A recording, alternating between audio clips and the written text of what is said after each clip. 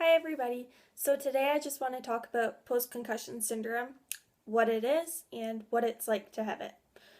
So post-concussion syndrome is defined by having 3 or more symptoms of a concussion for at least 3 months after your initial injury. And 5 to 10% of people who have a concussion are diagnosed with post-concussion syndrome. So my story. This happened about 6.5 months ago. I was playing football with my brother and I got hit in the head with a football really hard at the back of my head. I wasn't looking, bad timing, and I fell to the ground and I kind of just got my bell rung, some people would call it that. I had a bit of a headache, felt a little bit dizzy, but to me it wasn't something that I couldn't push through, which was a really bad thing to think. I just didn't know much about concussions, so I decided to just suck it up and keep playing football, keep running, and that's a bad idea. If you have a concussion or you're playing a sport or something and you suspect somebody could have a concussion, just it's better to be safe than sorry. Just sit out of the game for a couple days and don't do anything. So for me, I kind of just went about my life for a week after I got hit in the head. I had a little bit of a headache, but it wasn't anything much that I thought mattered really. So, about a week after my first concussion, I was in class and I was bending down at the same time as one of my friends, and we smashed heads really, really hard. And it was then that everything hit me. No pun intended there, I'm sorry. But what hit me was all the symptoms. And because I hadn't fully recovered from my first concussion, I think that's maybe part of the reason why this has affected me so much to this day. I started having sharp pains in my head. It wasn't just a normal headache that was a constant little pain. Felt like knives were digging into my brain. It was horrible. I felt nauseous. For a while I thought it could just be the flu. I wasn't sure. I just felt like I was going to throw up. But no, that's actually a symptom of a concussion. I felt dreamy, really dreamy and out of it. I remember playing basketball with my brother. And I remember feeling like nothing was real. Everything around me was kind of in slow motion. Everything was just fake and unrealistic. It was a weird feeling, and I still get it sometimes. Um, no concentration. I couldn't concentrate on anything. Luckily, exams were pretty much over, so I could kind of just push through my last one. I would feel dizzy. Initially, I had to hang on to objects and walk by the counter so I wouldn't fall over. Um, Sensitivity to light and noise is still the biggest one for me to this day. For example, right now, if somebody was talking in the room or the radio was on or there was bright lights in my face, I would not be able to make this video. I just couldn't put a thought together or put my thoughts into words and it makes sense. Um, Also, ringing in my ears, that's still really bad.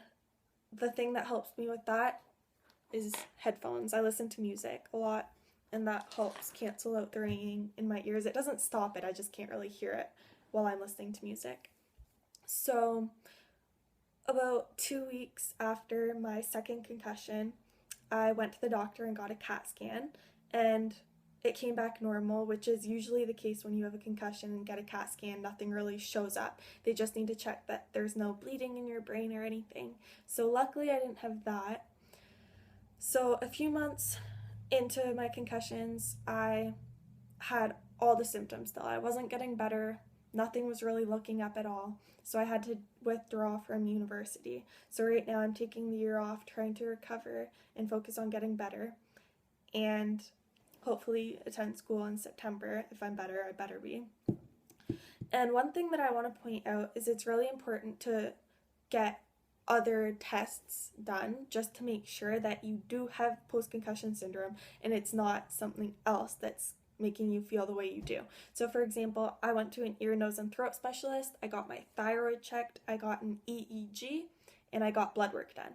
All of these came back normal, so I know that I canceled everything out and I do have a concussion. So that's just something to keep in mind.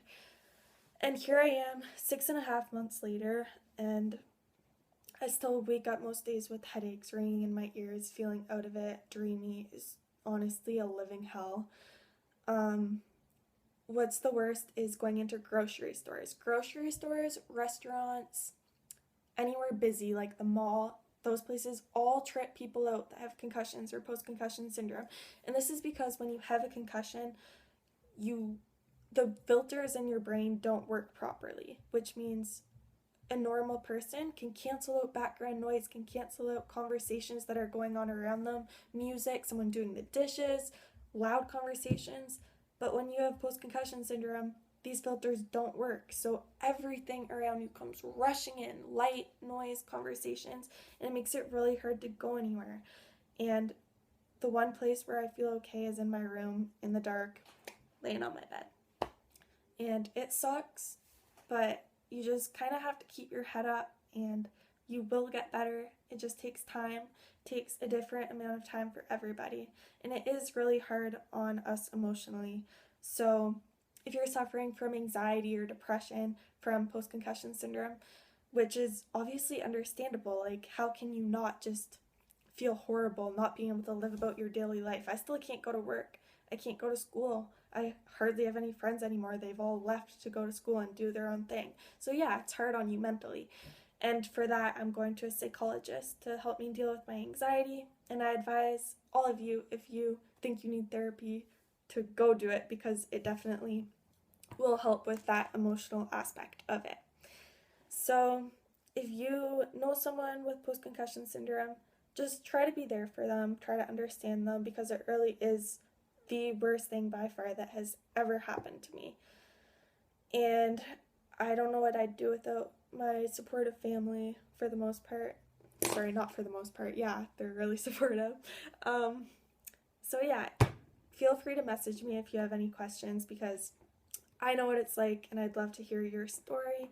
And one more thing that helped me, there's a concussion group on Facebook. So just search post-concussion syndrome support group on Facebook. They're all so nice and they just understand what I'm going through.